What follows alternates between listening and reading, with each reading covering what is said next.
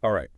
Welcome back, everyone. We're diving deep today into a creature you might not know much about, actually. The Ceylon shrew.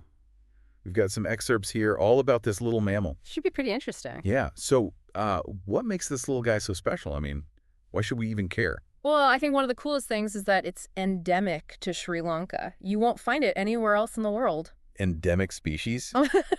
Always cool, right? Why?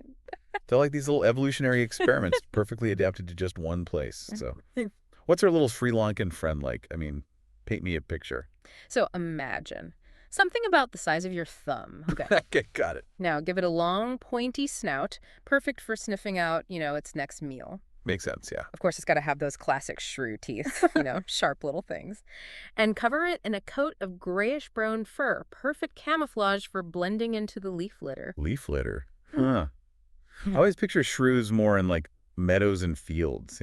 Well, in Sri Lanka, the leaf litter, it's like a buffet A&D, a fortress for this shrew. Yeah. See, Sri Lanka's got these diverse ecosystems. You've got Oh. rainforests, mountains, the whole deal. Right. And those thick layers of decaying leaves, they're just teeming with insects and other little invertebrates. Shrew's dream. Exactly. Plus, all those leaves provide cover from predators, owls, snakes, that sort of thing. Smart. So they've got their food and their shelter all figured out. Yep. But here's a thought. I mean, lots of animals eat insects, right? Mm-hmm. So what makes this shrew so special? Like, does its role in Sri Lanka differ that much from other shrews or even other insectivores there? Oh, absolutely. It's not just A and Y bug they're munching on. Research suggests they actually target certain types of insects, ones that can be, let's say, a bit of a nuisance to plant life. Ah, so they're like a natural pest control system. Precisely. And there's more. All their digging and foraging, it actually helps break down the leaf litter faster, compared to some other insectivores in the area. Wow.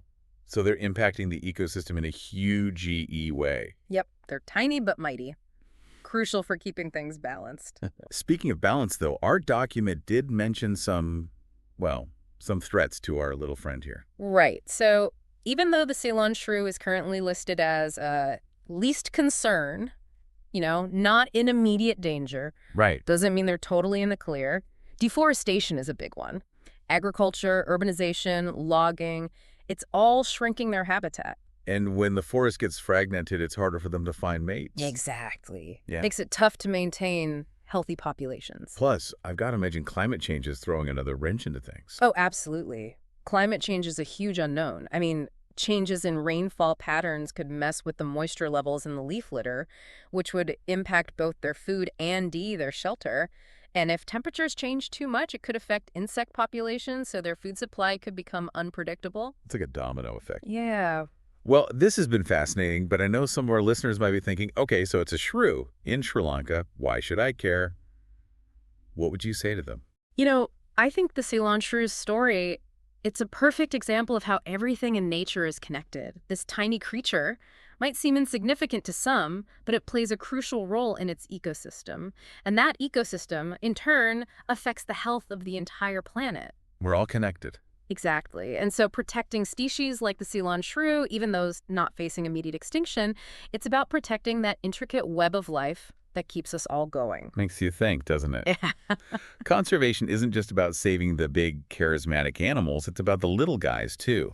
The whole tapestry of life. It really is. So we've learned about this unique creature, its important role, and the challenges it faces. But I want to leave you with a thought.